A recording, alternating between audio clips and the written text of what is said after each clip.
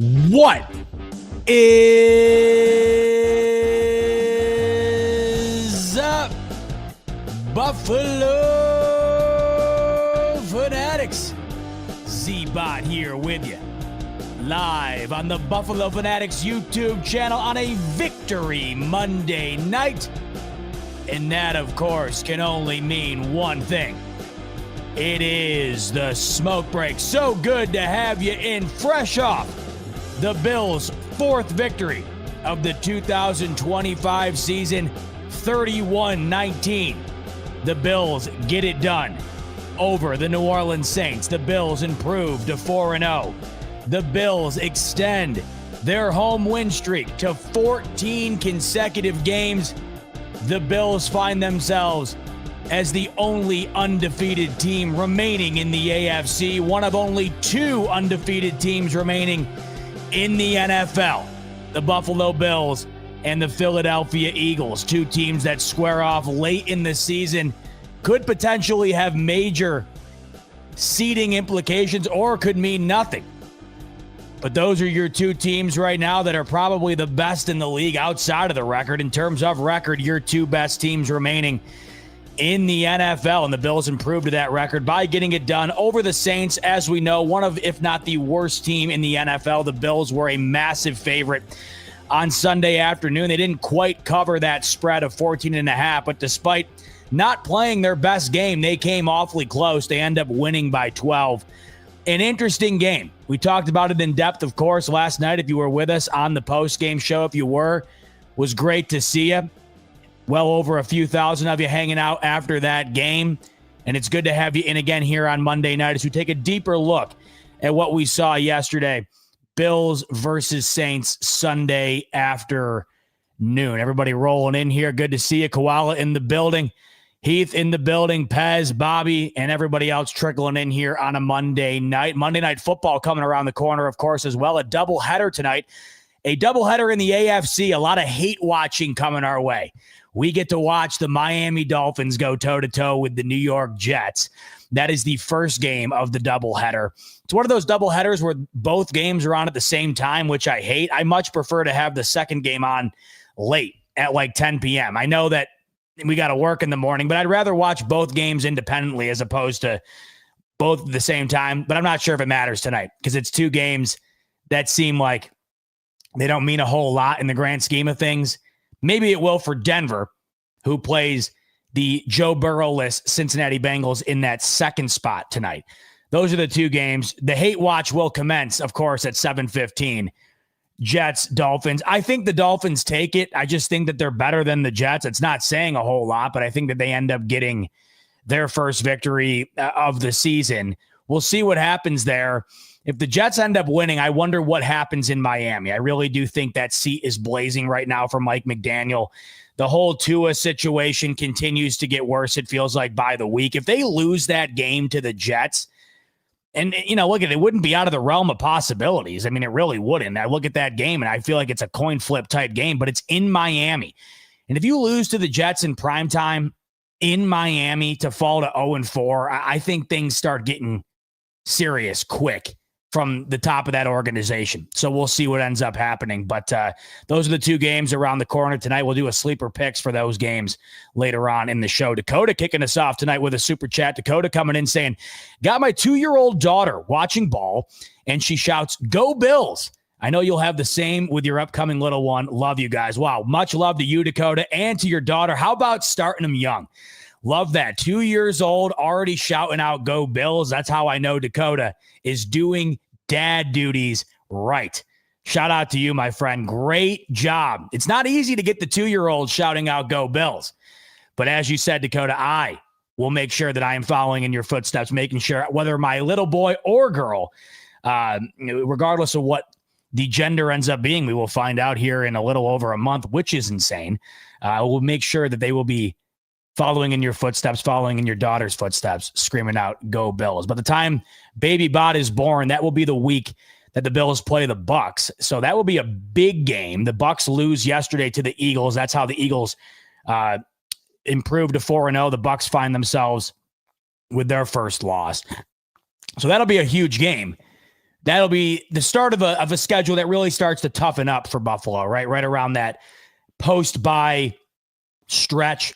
They get Carolina off the bye. Carolina gets destroyed on Sunday, this past Sunday, by the New England Patriots, who is up next for Buffalo. Sunday Night Football this upcoming Sunday in Buffalo, where the Bills look to take their streak of home wins to 15.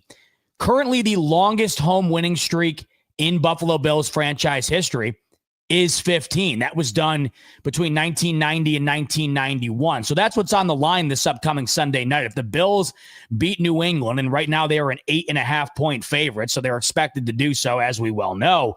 If they get that victory, the Bills will have tied the longest home winning streak in franchise history. Now, that will be interesting because if they want to break that streak, their next home game will be against the Kansas City Chiefs, because they play the Falcons the week after this upcoming week on Monday Night Football. Bye week, then it's Carolina on the road. Then they take on the Kansas City Chiefs. So I find that to be a bit interesting because it's more than just a game. It's a massive record on the line. I mean, I know that these things don't matter in the grand scheme of it all, but to shatter that record, a record that is now a quarter century old, you're essentially winning a season's worth of games consecutively at home. That is unbelievable. And when you factor in the way that they've done it and the time in which they're doing it, right? They're doing it when the stadium is on its way to closing its doors.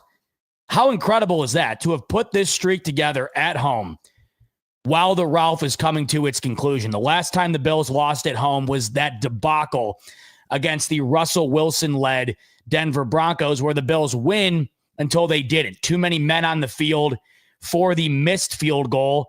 Denver gets another attempt. They make the field goal. Bills lose. That's the last time the Buffalo Bills lost at home. That's incredible. In the meantime, by the way, Russell Wilson has started for numerous other teams. That's the gap between when the Bills last lost at home and where they're at right now. Russell Wilson's gone from Denver to Pittsburgh to the Giants.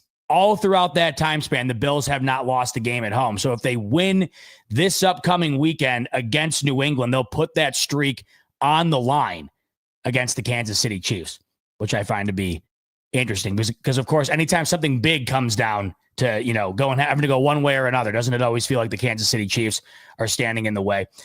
Kicking the show off tonight by talking about a insane stat or an insane betting line that I uncovered today.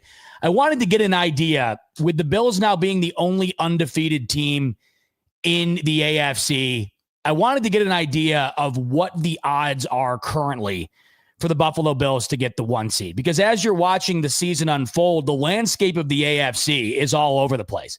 You have the Chargers lose their first game of the season to the New York Giants against Jackson Dart in his NFL debut.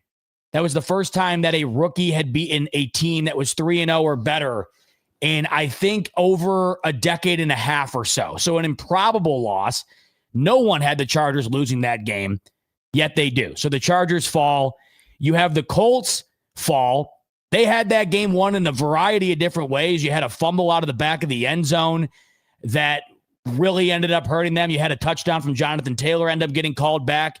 Rams end up beating them. I think the Colts are for real, though. Despite losing to the Rams, they really could have beat them in a variety of different ways. You got to give credit to Indianapolis right now. Despite losing on Sunday, that's a real team.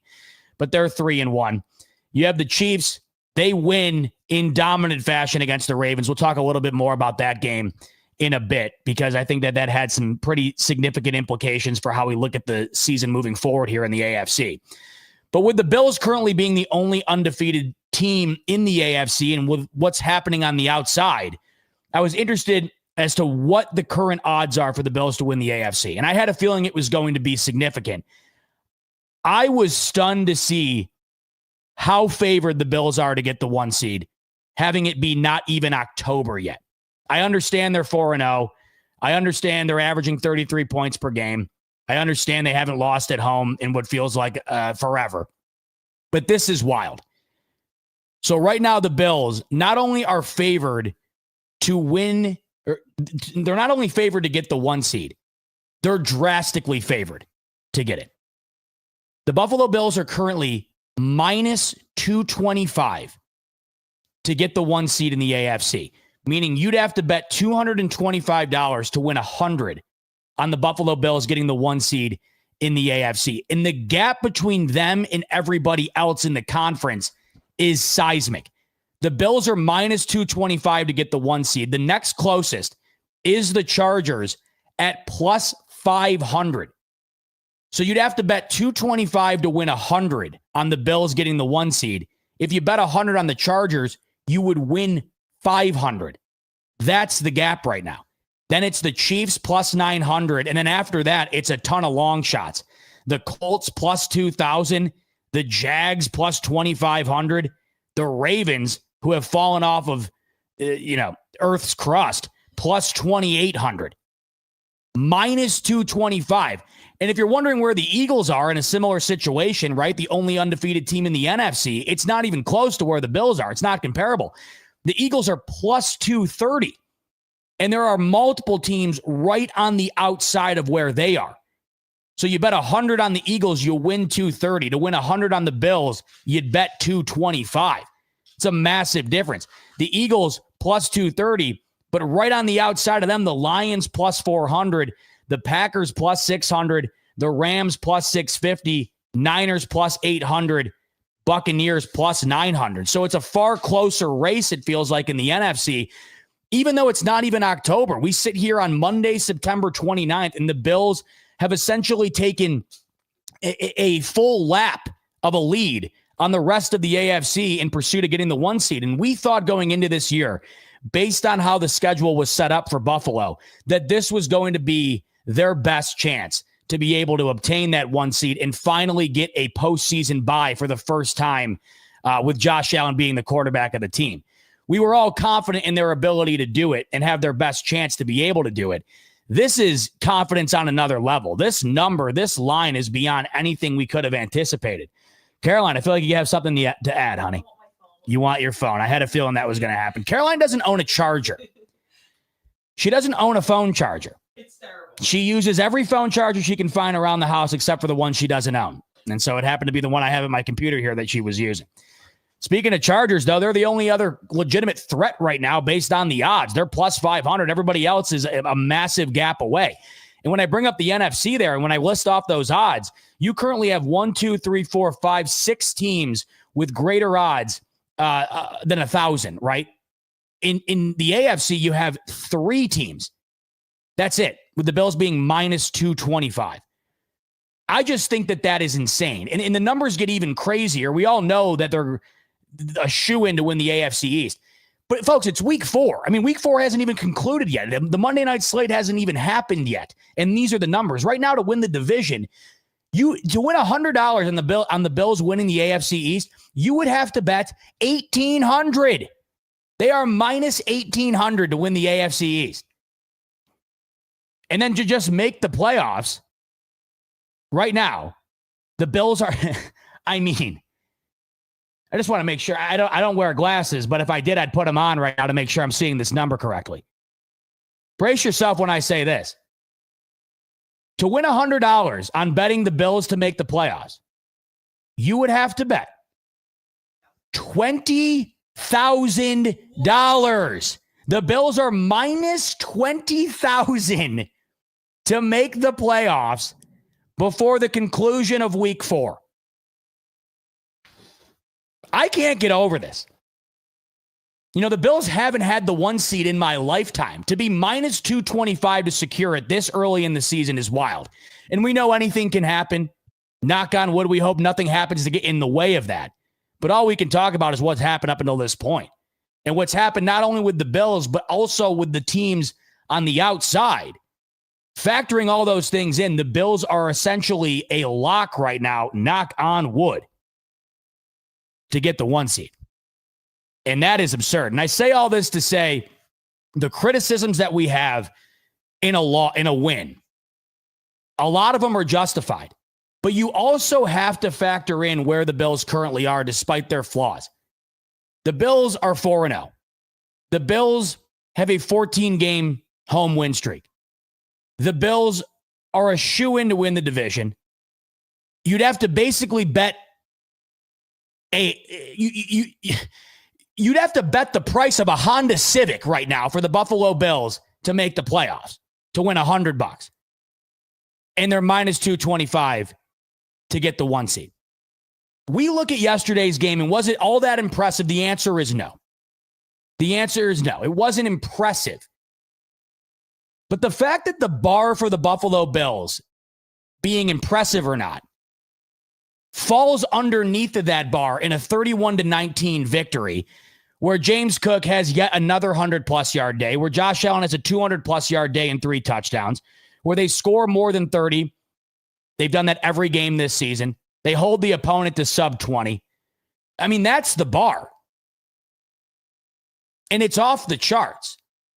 We have gotten spoiled to the point where that type of performance does not feel impressive. And in reality, it wasn't that impressive because the bar for the Buffalo Bills makes games like yesterday seem like, that's just okay, as did the Miami game. The only game you walked away from this season thus far through 4 games that you felt really good about was the Jets game. And the Jets are horrid. They took it to them. I mean, you can argue the Saints are horrid. They are. You can argue the Dolphins are horrid. They are. They didn't take it to those 2 teams. They took it to the Jets. It's the only game you walked away from feeling like the Bills dominated. But the Buffalo Bills sitting here at 4-0 don't need to dominate every single game in order to be able to get to the point in which they're currently at. And there are concerns, certainly, and we'll talk about those. But here's the key. Are we comparing the Buffalo Bills to themselves, or are we comparing the Buffalo Bills to the rest of the league? I feel like we're doing a lot of comparing the Buffalo Bills to different versions of themselves.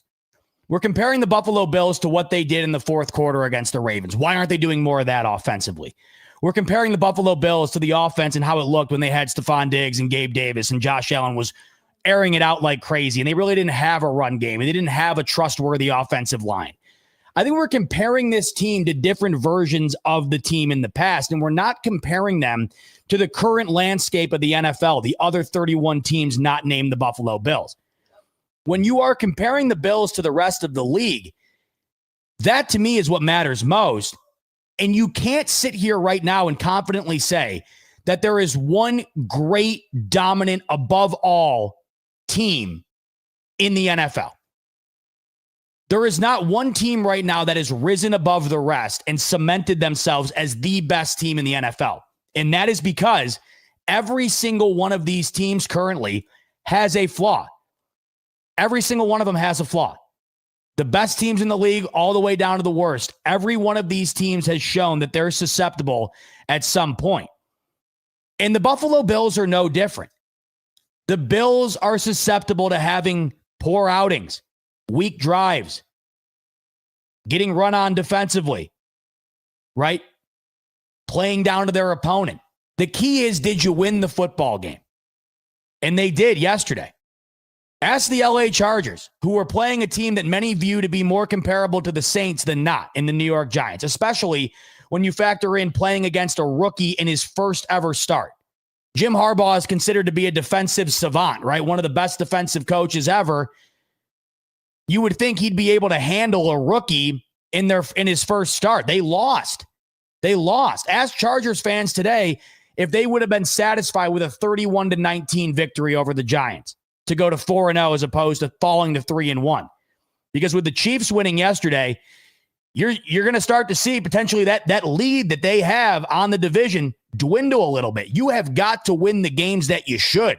The Chargers were a touchdown favorite in that game and lost. Those are the games you need to win if you want to secure yourself into winning the division and into setting yourself up in the best possible situation for the postseason.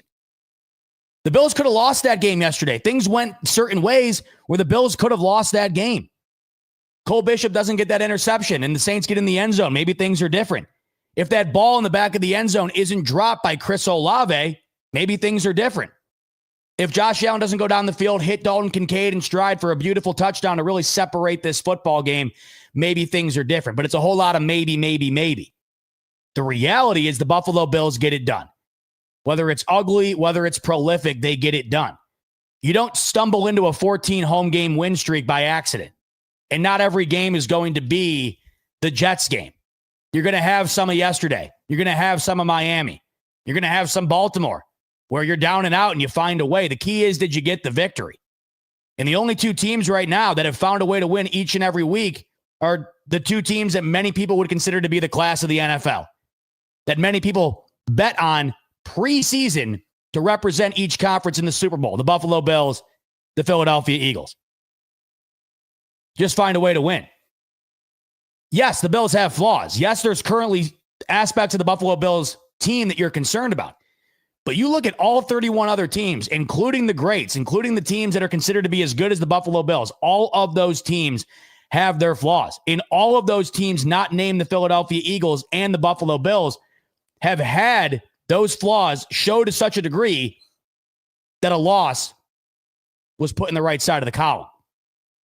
Are we comparing the Buffalo Bills to the precedent that they have set for themselves and that the expectations that we fans have for them?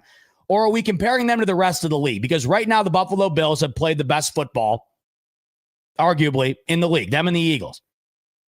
And the Eagles, the only other team comparable to them right now in terms of record, they were, an eyelash away from losing a couple of games as well. They win by 6 yesterday against the Bucs. They were getting destroyed, dismantled by the Rams last week until they had a historic second half comeback.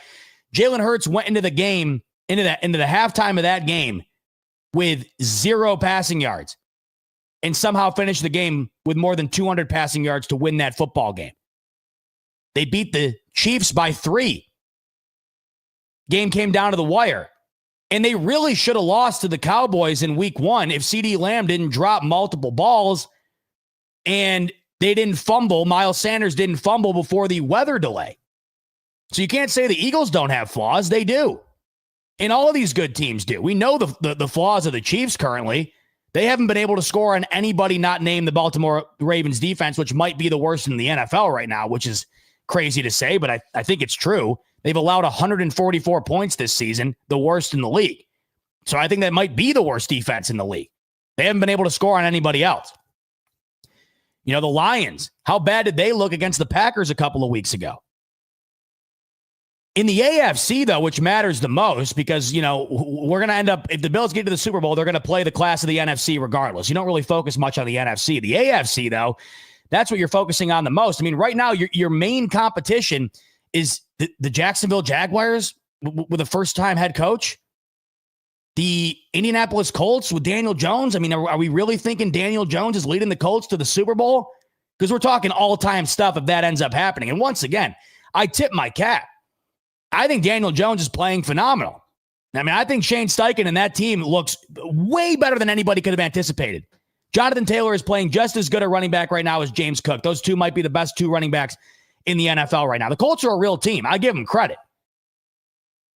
But I mean, come on. I mean, the Colts and Daniel Jones, that's the biggest threat right now to the Buffalo Bills in the AFC through 4 weeks. The Chargers. Once again, I've said I respect the Chargers. I respect Jim Harbaugh. I think Justin Herbert's a great quarterback. But what have they done historically for me to respect the ability for them to close things out? And you saw it yesterday.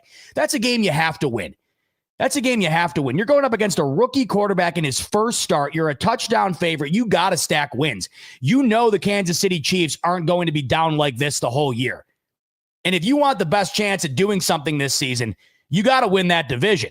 And they had already won 3 consecutive divisional games, and they drop one to the Giants?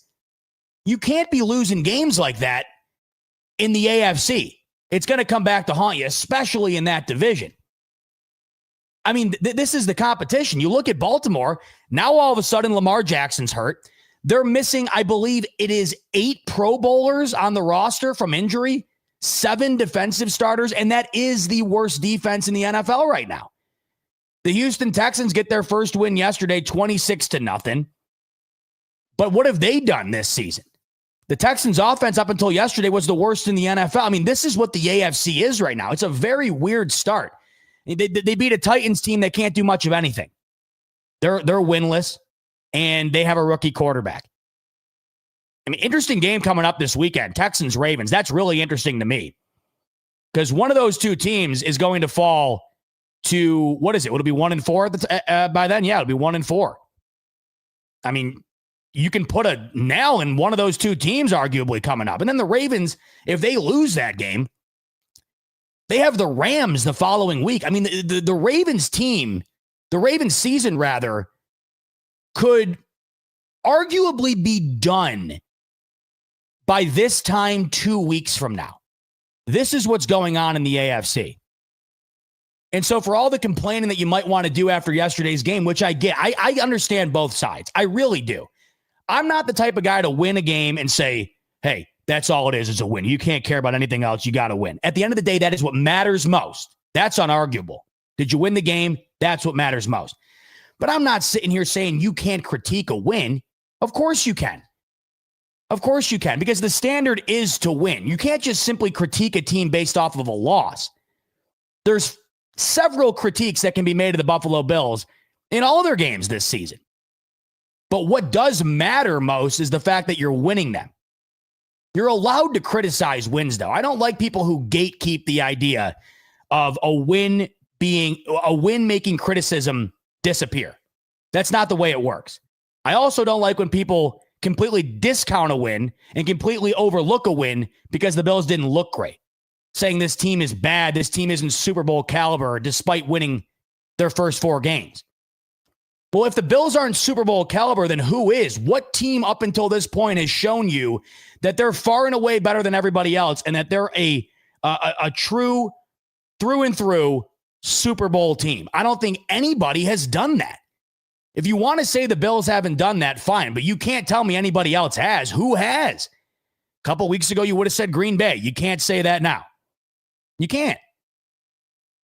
Before the season, you would have said Baltimore. You certainly can't say that now. You can't say it about the Kansas City Chiefs the way that they've played. You can't say it about the Eagles because they haven't dominated anybody. Can't say it about the Lions. They got smoked by the Packers. You really can't say it about anybody. And that's fine. Because I think it's the truth. I don't think anybody has separated. And it's only a month in. We'll start to see separation as time goes on here, sure. But you can't tell me the Bills don't look like a Super Bowl team and then argue that another team does. Because I just don't think anybody really has looked like they've separated. So for all the issues you might find in the last couple of games, despite winning, right? For all the issues you see, you have to keep in mind that other teams have legitimate issues as well. And for 30 other teams, those issues have resulted in losses. The Bills have overcome their issues all the way up until this point, and I foresee them continuing to do so. And then you have the bye coming up at a really good time, I think, for the Bills. It's a little earlier than maybe you'd like preseason, but now you're looking at it, the way it's set up.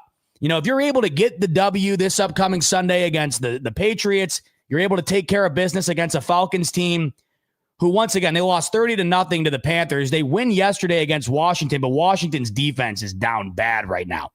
And Jaden Daniels is still hurt. So you got to put a bit of an asterisk next to that one. I still think Atlanta is a sneaky, feisty team, and I got a lot of respect for Bijan Robinson. I think he'll be able to run on Buffalo because mostly everybody can, unless your name is the New York Jets. But the Bills are more than a touchdown favorite this upcoming week. I anticipate they'll be about a touchdown favorite against the Falcons. If you're able to go 6-0 into the bye, get healthy, right? Let Matt Milano heal up. Let Ed Oliver heal up. We'll see what's going on with Maxwell Hairston. You'll get Ogunjobi back. You'll get Hoyt back. Then you take on the Panthers off of a bye. Sean McDermott's never lost off the bye. You're significantly better than that team. You look at maybe 7-0 there. And then it's the Chiefs at home. So we know the Bills are set up well, but it's the other teams that you have to factor into all this. And I just don't think anybody is set up as good as Buffalo is. And I also don't think anybody has proved that they're better than Buffalo through the first month here. There are times in which you'd look at it and say, yeah, I think that this team is better. Like Green Bay keeps coming to mind. Through the first couple of weeks, you're looking at Green Bay with the addition of Micah Parsons, and you're like, that defense is unbelievable. You watched them probably on primetime a couple of weeks ago when Jaden Daniels was healthy against the Commanders, and they just destroyed him.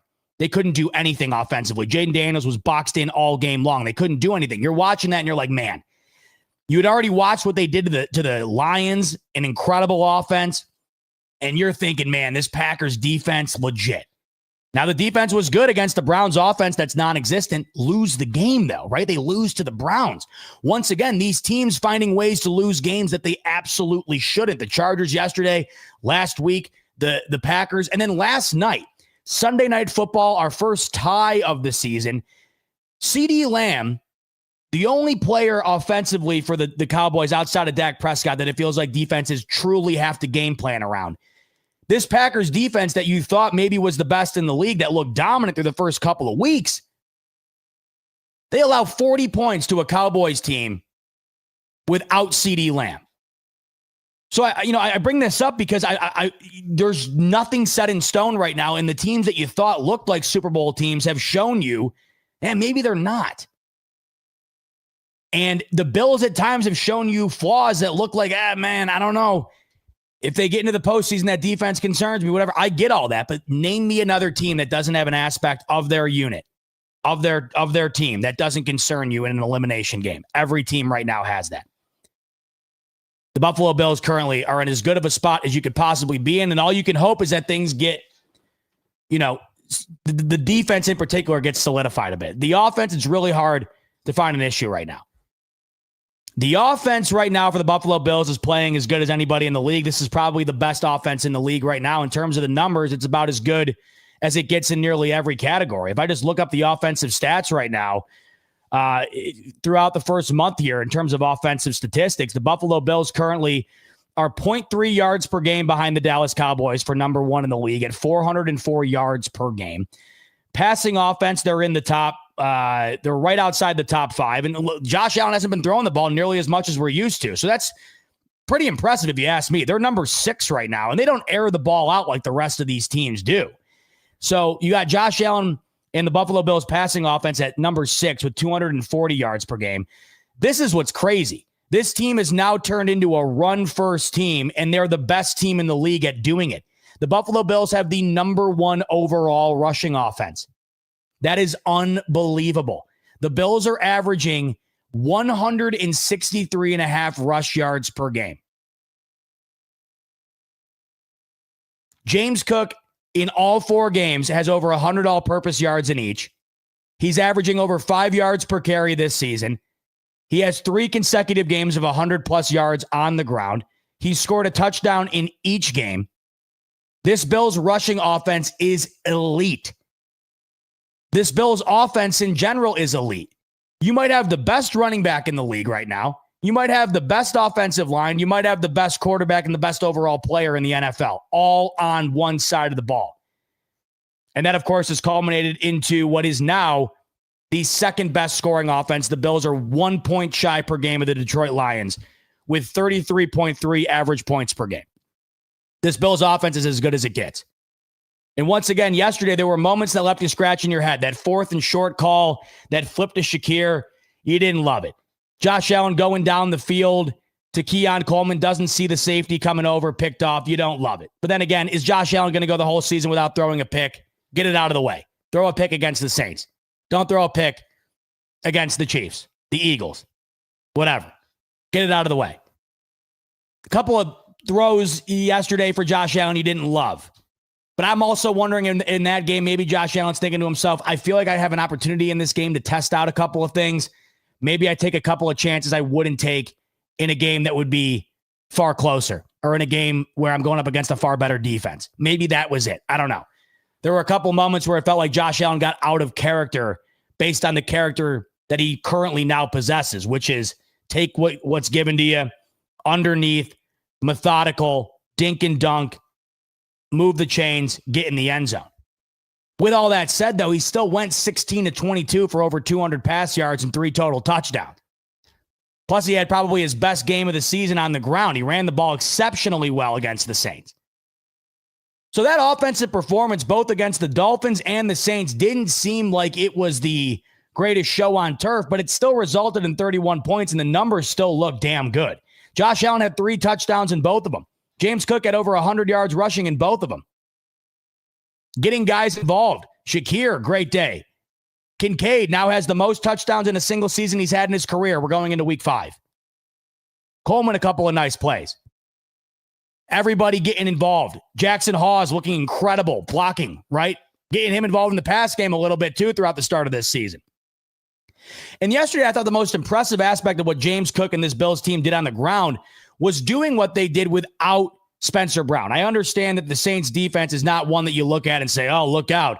You're going to have your work cut out for you. I get it. But Spencer Brown is one of the main anchors alongside Deion Dawkins to one of the best offensive lines in the league. He wasn't out there. So I don't care who you're going against. That's a big loss. And the Bills overcame it quite easily on the ground. I know Josh Allen took more sacks yesterday than you're accustomed to seeing. Didn't love that. Felt at times those sacks came from Allen holding onto the ball a little more than you'd like. But I think that's an outlier. Josh Allen's been getting rid of the ball about as fast as any other quarterback in the league. He's been averaging like a 2-second time of release or less than. So maybe that's the outlier. I'm not concerned about that. The Bills barely took any sacks last season. Couple of sacks yesterday, 2 consecutive that you didn't love to see. That was one of those sequences that really had you like, man, Some sacks last week against the Dolphins. But this offensive line has showed you that it's about as good as it gets. They're running the ball better than anybody in the league, and their overall their run block win rate is the best in the league. So offensively right now, I don't really know what the concern is. I know people are worried about Josh Allen not airing it down the field that much, but I don't know why you would do that when you have James Cook averaging over 5 yards a carry. And he's running the ball a lot. And people might be wondering if that's because of the contract. And maybe that's got something to do with it. You pay James Cook his bag. Hey, man, hey, James, we paid you. We're going to get every ounce out of you. Maybe that's got something to do with it, but I don't think it's got everything to do with it. In fact, I only think it's got a little bit to do with it. I think the main reason James Cook's running the ball as much as he is, he already has 75 carries through 4 games. That's good for 4th most in the NFL. Well, why is he getting the ball that much? Well, because through 75 carries in 4 games, he's averaging over 5 yards per carry. You're essentially averaging a first down every 2 touches for James Cook. So why the hell wouldn't you give him the ball? You got to give him the ball. Just because you have Josh Allen doesn't mean Josh Allen has to be MVP Josh Allen every snap, every drive, every game. You got James Cook playing at an offensive player of the year caliber level right now. Take advantage of it. Why wouldn't you? And you're scoring as many points as anybody in the league in doing that. And you are still just on the outside of the top 5 at number 6 in pass yards per game. So you're leading the league in rushing yards per game. You're at the 6th overall spot in pass yards per game. You're a point shy of the number 1 overall scoring offense in the NFL. To me, there's no concern. There's no concern with the offense and not stretching the field. Why would you be concerned with that? The points scored count the same no matter how they're scored. I understand we look at wins and losses differently based on how the game goes. There's good losses, there's bad wins. I think that's a reality. I don't think that there's good points or bad points. Points are points, especially when you're doing it consistently. The Bills have scored 31 plus points in every single game, or 30 plus points. Scored 30 against the Jets. 30 plus points in every single game. That's consistent, right? That's not an outlier. And they did it all last year too. How you do it, to me, I could give less of a damn. I'm actually preferring the way that they're doing it. Because we've yet to see Josh Allen have to go nuclear for a full game. We saw him have to do it against the Ravens in the second half. But we haven't had to see Josh Allen throw the ball 35, 40 times throughout the course of a game and win exclusively through the air. Other than just a whirlwind, what the hell is going on? How did they pull this off game in week 1 against the Ravens? The ball that they're playing right now is linear to success. Everything about it. The pass game, despite not airing it all over the field, is about as good as it gets in the NFL. The run game is as good as it gets in the NFL. Points scored, it's as good as it gets in the NFL. Now to the defense. That's where the primary concern it lies right now. The D has been great in terms of covering the pass. Top 10 pass defense right now. They've been good. Despite what you were thinking going into the season, they've been good against the pass. Is it elite? No, but it's definitely good enough. Like I said, top 10 in pass offense, allowing less than 300 yards per game in that department. Excuse me. Top 10 total defense. Total defense. I beg your pardon. So they're a top 10 total defense right now. They're the number one pass defense is what I meant to say. This is where we got to contextualize this Buffalo Bills defense a little bit. We have got to contextualize what we're watching. And you guys know that I am awfully frustrated with a lot of what I've seen from this defense. I am frustrated. But we got to contextualize it. The Bills have the 10th best total defense right now, allowing less than 300 total yards per game. Less than 300 total yards per game. Right now, the Buffalo Bills passing defense is allowing 125 passing yards per game. That's it. And I understand the quarterback play hasn't been prolific. I get that. Lamar Jackson week 1, but that was more of a running effort in that football game, despite Zay Flowers going off. They didn't throw the ball a whole lot in that game. But I get it. After that, it's Tua, it's Spencer Rattler, it's Justin Fields. I get all that. But the pass defense has been there. It's the number one pass defense in the NFL. And as signified I'm seeing in the chat right here, I get it. I mean, I get this. Look, they played teams with a combined record of 1-13. I get it. But we are also, we're talking earlier in the stream that, the schedules played by some of these teams are not all that impressive either. Because I don't really know who is all that impressive in the NFL right now. I don't know if anybody has really made themselves seem all that impressive throughout the full scope of the full 4 weeks, to the point where I think that one or two teams really look immensely better than everybody else. So they've done what they've had to do in the past, but you got to argue on top of that, though, despite it being good statistically, you have to also consider that maybe that the pass defense looks the way it does because teams have been prioritizing the run. And that's what you have to do against the Buffalo Bills, who right now are the second worst they are the second worst run defense in the NFL. So you got to contextualize things here. The Bills are doing some things well, but they're also doing some things terribly. And I think that those two numbers kind of factor in, right? The reason why their run defense is so poor is because most teams are strictly prioritizing the run far more than the pass. Maybe the reason their pass defense looks so good, numbers-wise, is because, well, they're running the ball a lot more. But, I've also noticed when it comes to the pass, outside of third down, the Bills have looked good. They have. Outside of third down, it looks like the Bills through the air have kept things underneath. They're really not allowing teams to run shot on them. We haven't seen that. And I get it's got a lot to do with the offenses that they played. We'll see what these numbers look like as they move on. But what stands out to me more? The fact that they have the best pass defense in the league in terms of the numbers, or the run defense being the second to worst? And of course, it's the run defense. Because that is what teams are trying to do against Buffalo right now, and they're succeeding. The Bills are allowing 164 yards per game on the ground. That's only 0.2 shy of the Bears. So I see Kyle saying, scary to think someone is worse versus the run. They really aren't. The Bills and the Bears are essentially tied right now, both being the worst defenses in the league against the run. It's a 0.2 yard difference between the two. It's not good.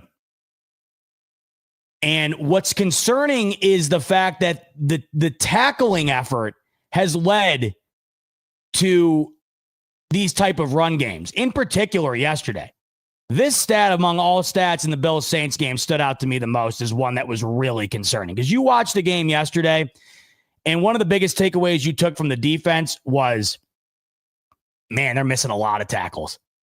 They're missing a lot of tackles. First contact is rarely bringing the guy down. This stat yesterday was the primary concern, and I think this has a lot to do with those running numbers we just talked about. According to Next Gen Stats, the Saints totaled 189 yards and 1 touchdown on the ground in week 4. Here's the concerning part. Not that that isn't concerning. 11 yards shy of 200 yards in and of itself is concerning. But here's the dagger. 165 of those 189 rush yards came after contact.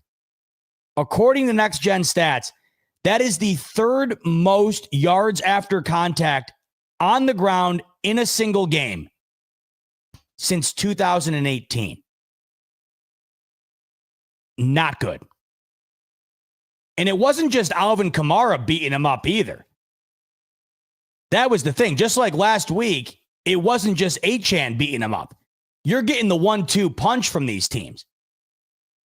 You were getting the 1-2 punch from Lamar and Derrick Henry. You're getting the 1-2 punch in Miami. Against Miami, you're getting the 1-2 punch against the Saints. Kendre Miller had 65 yards on 11 carries, just shy of 6 yards an attempt on Sunday afternoon. Kamara had just shy of 5 yards per attempt, 15 carries, 70 yards. And I thought Spencer Rattler ran the ball really well. I thought he extended the pocket pretty tremendously in that game for a quarterback who's never won an NFL start. He's now 0-10 in 10 NFL starts. He looked good in terms of moving around yesterday. You can't say he didn't.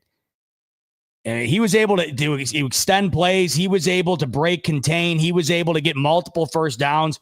He ran for over 8 yards an attempt, 6 carries, 49 yards. So you're looking throughout the year here, the only time the Bills have had any success against the run was against the Jets. And I thought that was going to be a strong suit for the Jets. And I was kind of shocked that they didn't have any success at all. They shut down Justin Fields and Breece Hall. Both couldn't run. So context is key. Yes, they do have what looks to be on paper a good pass defense. I don't know if it's as good as the numbers reflect, but I do think this is a good pass defense. I do. Because you got to, even though they ran the ball a lot yesterday, and once again, I understand they're playing Spencer Rattler. They're not playing Tom Brady out there. I get that. But, Spencer Rattler still threw the ball 27 times. It wasn't like he threw it 14 times. They're still throwing the ball. I mean, he threw the ball 27 times and only had 126 pass yards. So you can't say that he wound up with a really low day on through the air because all they did was run. Like, no, they threw the football. It just they didn't throw it with any success. 127 yards on that many attempts. That's less than 5 yards an attempt, right? And the same thing can be said for the Dolphins game last week. And even though we don't love Tua, we have more respect for Tua than I think Spencer Rattler. I think that's fair to say. And Tua finished with 146 yards on 34 attempts.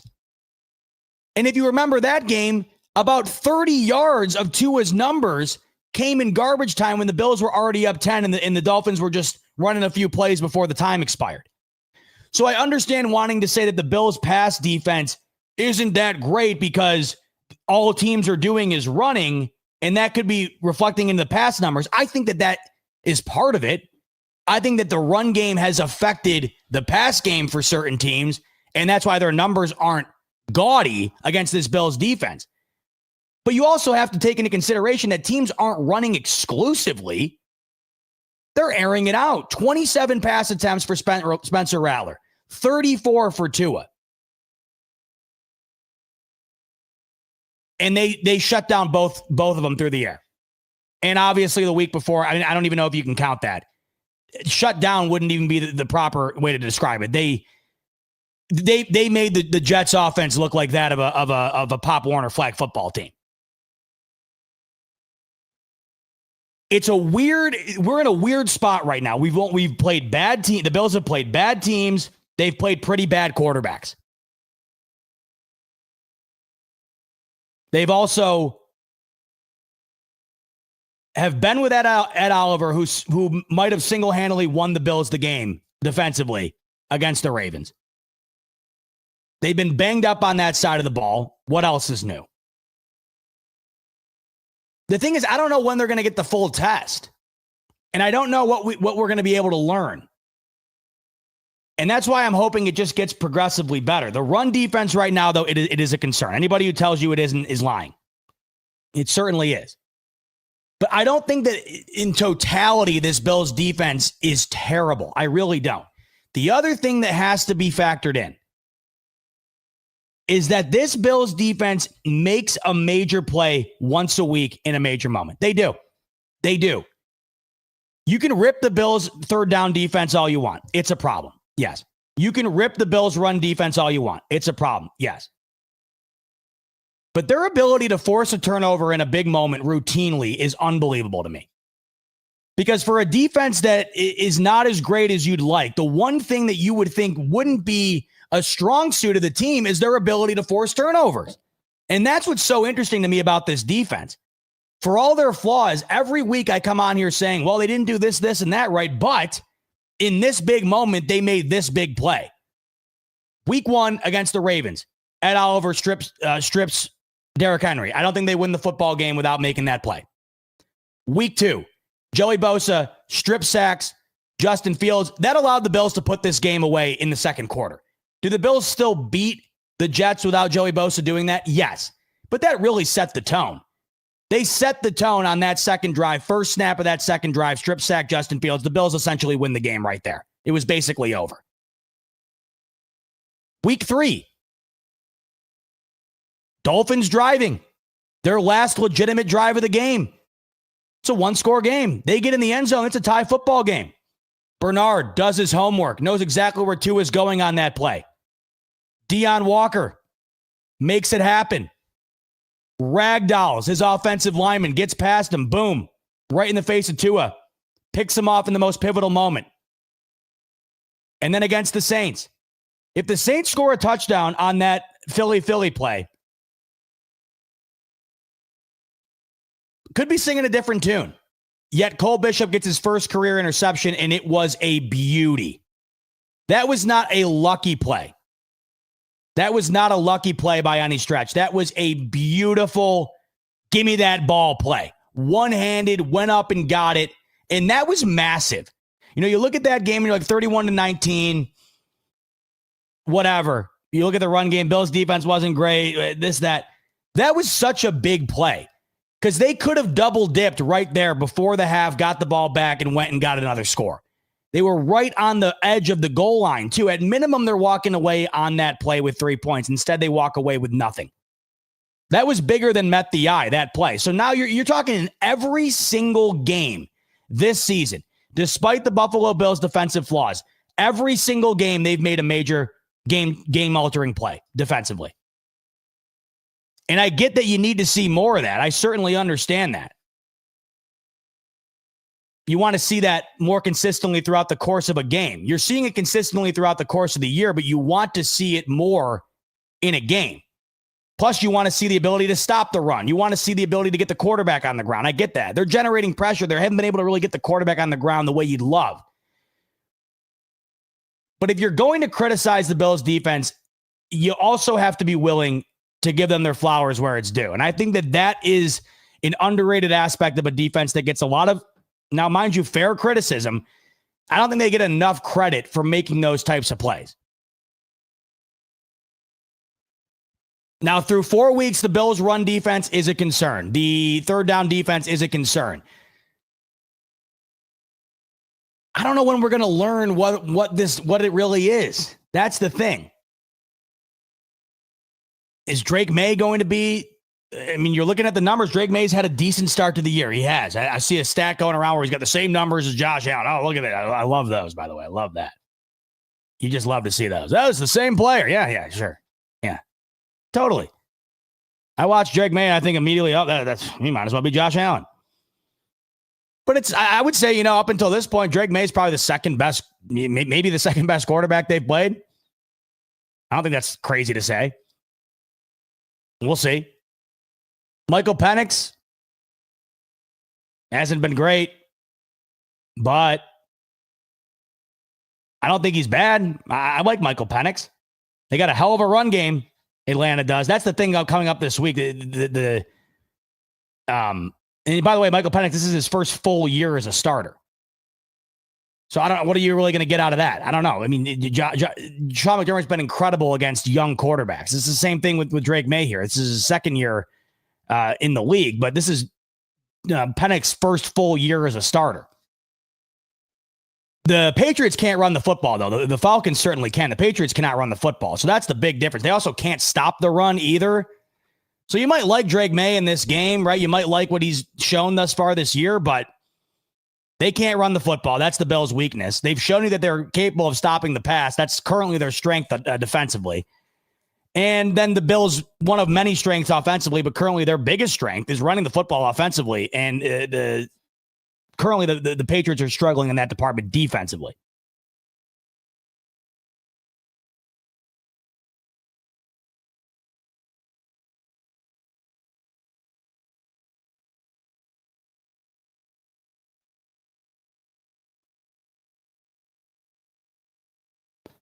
Looking at the numbers here, and I'm interested in what you guys think about this upcoming game.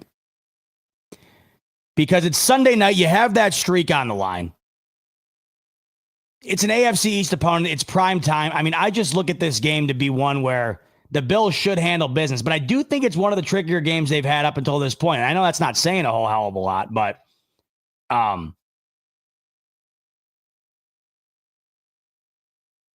I think that the Patriots are better than the Saints, the Dolphins, and the Jets. Once again, not saying a whole hell of a lot, but this could be the truest test beyond Baltimore that the Bills have had, which is crazy.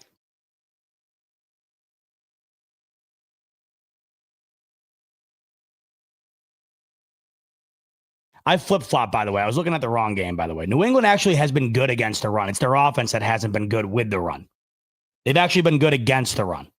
They're only allowing 77.5 rush yards per game, so that's on me. I had to backtrack that one. I misread the wrong game. I was meant to say that their offense has not had success running the ball, and that's true. They're only averaging around 100 yards running the ball. That's bottom third in the league right now.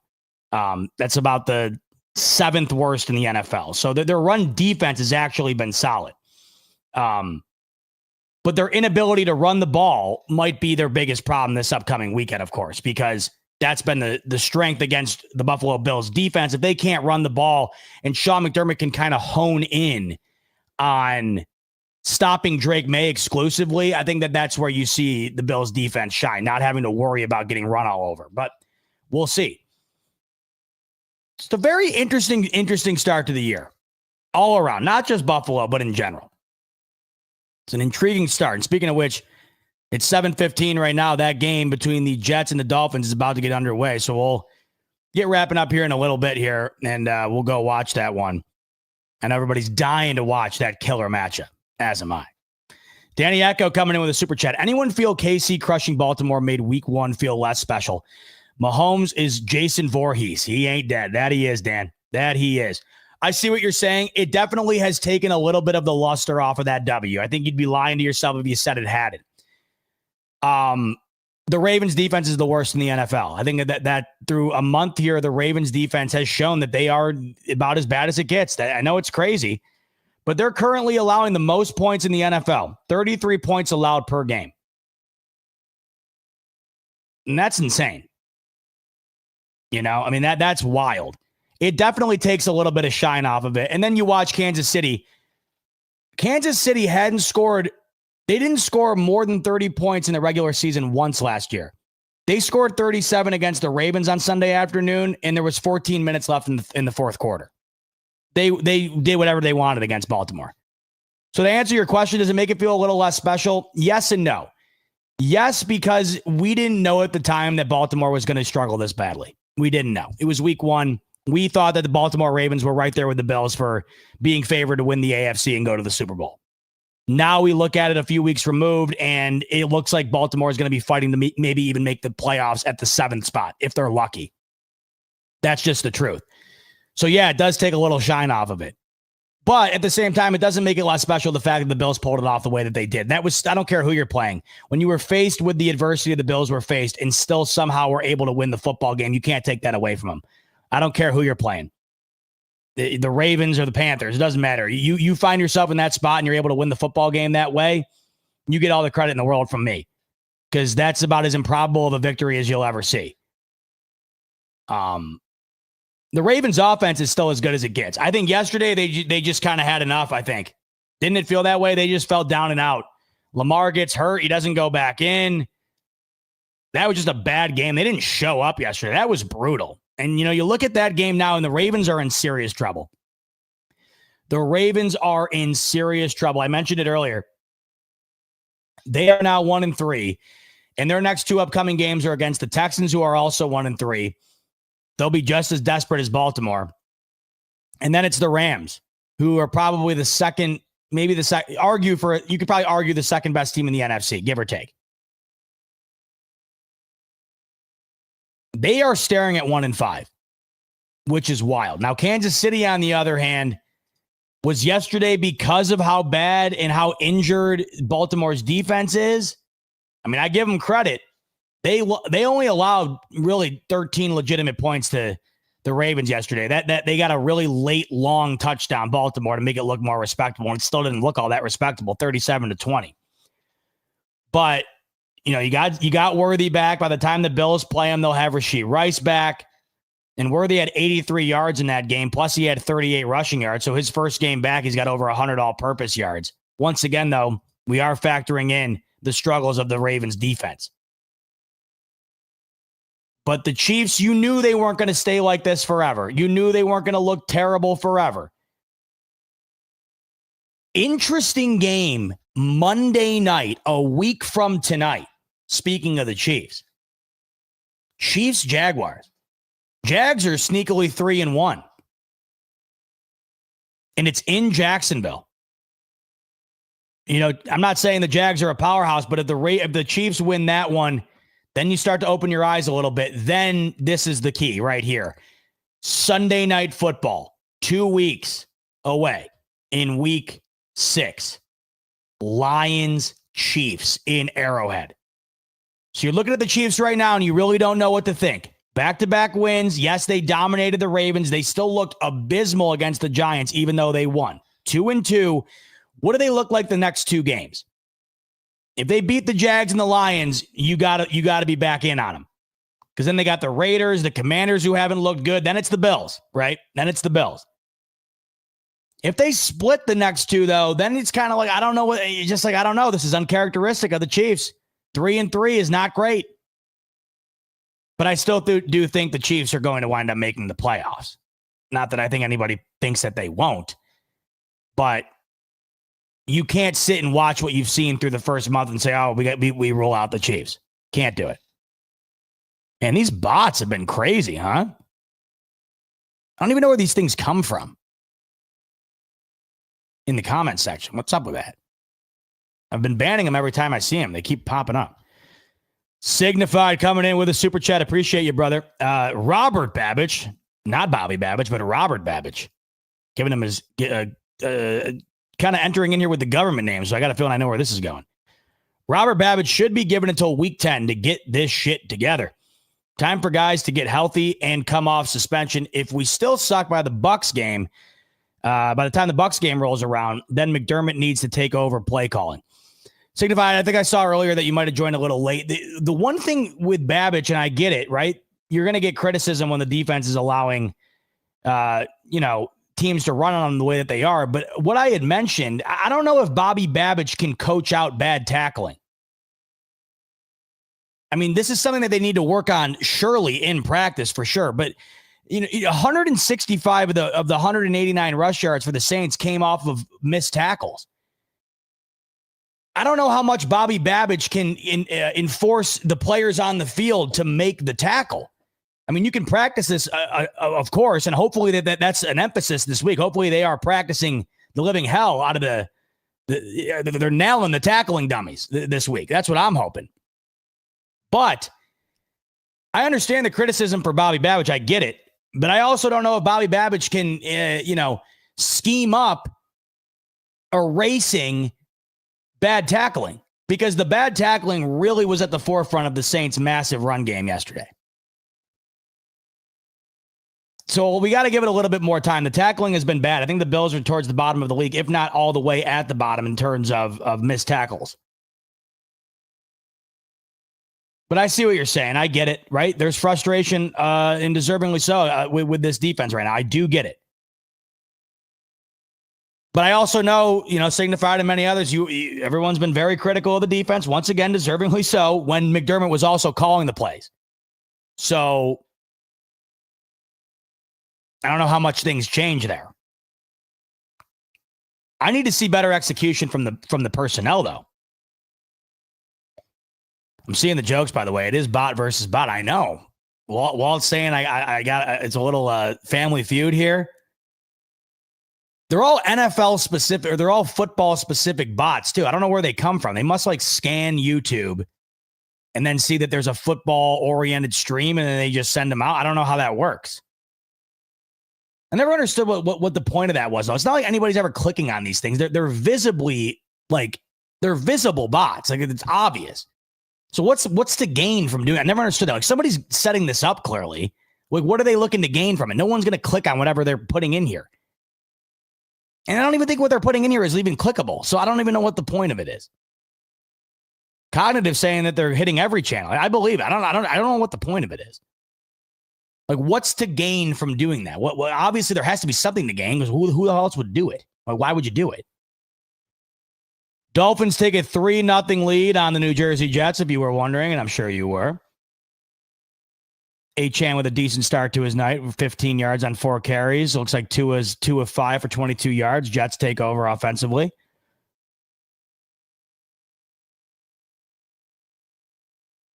I'm looking forward to getting a broader sample size here. And I'm looking forward to playing some better quarterbacks to see what that looks like too. It's just an odd situation the Bills are in terms of the scheduling here, where you're not facing a great quarterback until week 8. Off the bye, it'll be week 8, but by the time the Bills play another great quarterback in Patrick Mahomes.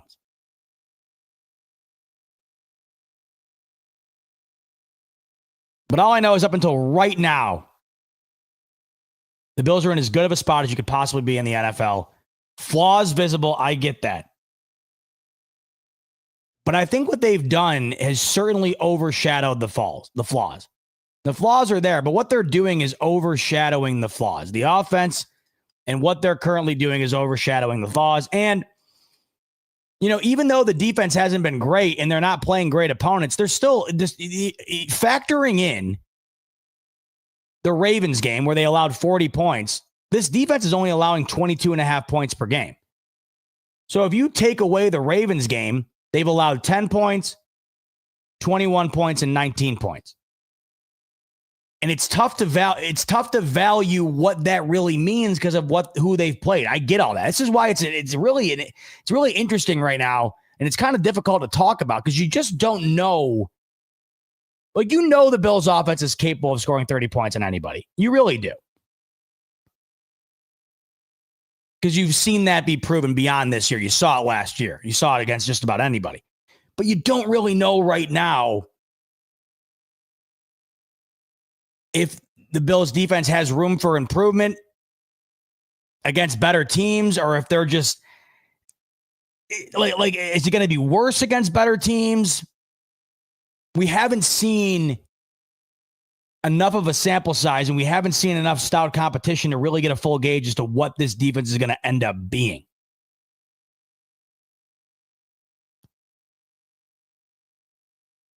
And Walt's making I think this is the best point you could possibly make here, right? Without a doubt, the positives outweigh the negatives. I don't know how anyone can even argue otherwise. Neither can I. People are, by the way. I think people are certainly trying to. And once again, the point I made earlier, you can argue all you want about the flaws of this Buffalo Bills team. They're not a Super Bowl team. Well, then tell me who is. And then you got to tell me truthfully who is, while also telling me their flaws as well. Every team has one. Multiple. Walt's saying those flaws can prove fatal later, though, which is at least the place I come from with the worry. And I think that's the best way to put it, because that's how anybody's looking at these flaws. That's the lens that everybody's looking at these flaws through. Nobody's looking at the flaws saying, with a run defense like that, I just don't know how the Bills are going to beat the Patriots this upcoming weekend. No one's saying that. What people are saying is, I don't know, with a run defense like that, I don't know if the Bills are going to be able to beat the Ravens again if they got in and stopped Derrick Henry. I don't know if the Bills are going to be able to. The thing is, though, is like the Chiefs can't run the ball very well. The Chiefs don't run the ball very well. You know, you can look at the Chargers. They've been more of a pass offense this year than not, but you have the rookie in Amari and Hampton. He had a nice day yesterday. Not a whole lot of run dominant teams that could be in the Bills' way other than the Ravens. And I really do think the Ravens might miss the playoffs. The Colts is the one. Stoner's making it. The Colts is the one. Jonathan Taylor is right there with Cook right now. You can make an argument Jonathan Taylor's playing the best running back in the league right now.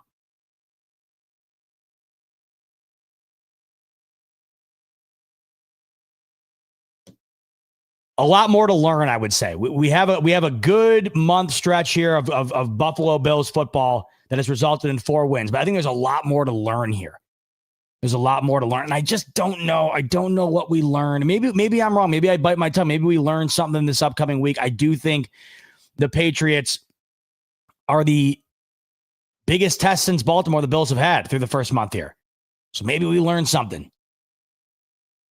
And then the Falcons, I think that they're better than not. Like, I don't think they're bad. They're just not great. So maybe we learned something there. Maybe they stop Bijan Robinson and you learn something there. I don't know. But what we do know, though, is what we've learned, the sample size of 4 games is large enough to know that the run defense has not been good because it's been bad in 3 of 4 games. So what do we learn from here? We've also learned that the offense is as good as it can get. If we have the 4-game sample size, we've seen consistency in good and bad. Consistent and not great run D, consistent and great offense. What will we continue to learn? All right. We have a doubleheader on Monday Night Football. Currently, it's already underway in the Miami Jets game. Jets have the ball currently.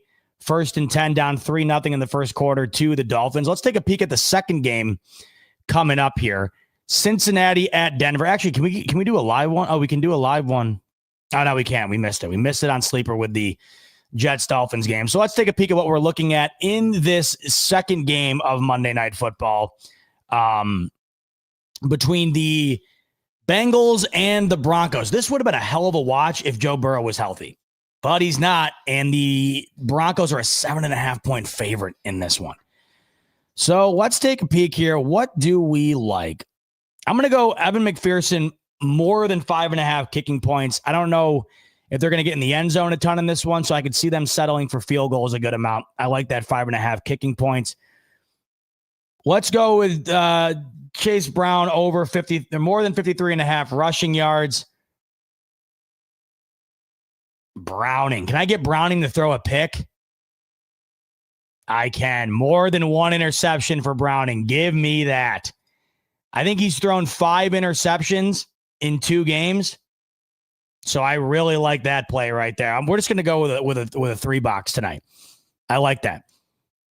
McPherson more than 5.5 kick points. Chase Brown more than 53.5 rush yards. Jake Browning with an interception for a multiplier of 3.8. I like that one. We'll see if I can finally hit one of these. Let's roll with it. Over on Sleeper, you can tell my picks or, of course, make your own. Link in the description below. Click that, sign up, and use the promo code on your screen, BF25. That will get you a 100% match up to $100 on your first deposit. Currently available in over 25 states. Terms and conditions apply. See Sleeper's terms of use for details and check out Sleeper via the link in the description below. All right.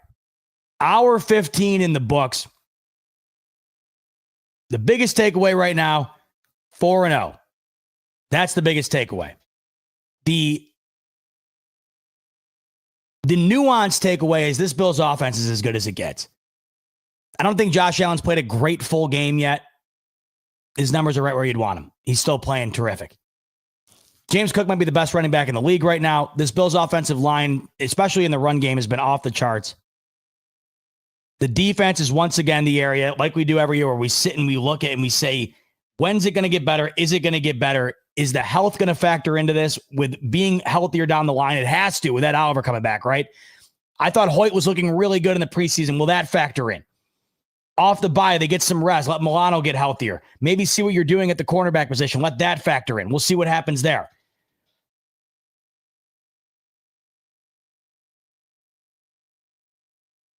It's an interesting year right now. I don't know, like going into this upcoming week, like I don't know what we learn about the Bills against the Patriots. I don't know what we learn about them against the Falcons. I don't know what we learn about them against the Panthers.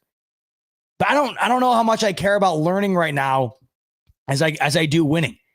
Because the games you have set in front of you, that stretch right there could put you at 7-0.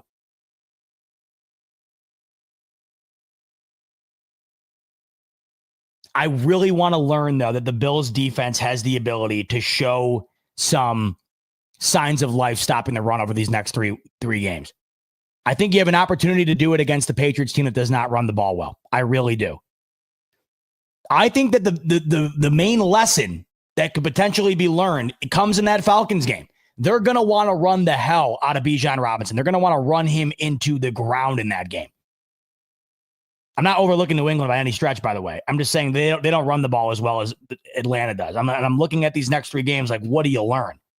Out of the 3 upcoming games, I think the one opportunity you have to maybe make a statement and prove, hey, look, we haven't defended the run very well up until now. Here's our chance to do it. It would be that Atlanta game. But you got to get it done this upcoming weekend against New England first. We will be previewing that game later on in the week. Rico, who's in the chat right now, baby. What up, Rico? He'll be with you tomorrow on the Rico Report on Tuesday evening. Thigh Doc injury update on Wednesday evening. And then Friday, I'll be back late. Got to coordinate with Rico. Hopefully we can get a late Rico and bot in. I am going out to Los Angeles on Wednesday for the Thursday night football game between the Rams and the Niners. I'll be getting back Friday. So I'll be getting back Friday late, and hopefully we can run a Rico and bot when I get back late Friday night. If not, maybe we'll try to do something Saturday. But either way, we'll have a preview of Bills Patriots coming your way at some point later on in the week. And can't wait for it. But in the meantime, enjoy the doubleheader of Monday Night Football. A nice hate watch of the Dolphins Jets, which I'm about to go do. Then the Broncos and the Bengals after that. So not bad. 2 Monday Night Football games. Why not? I'm in. So enjoy the rest of your Monday. Enjoy the rest of your week. Much love as always, ladies and gentlemen. And as always, go Bills.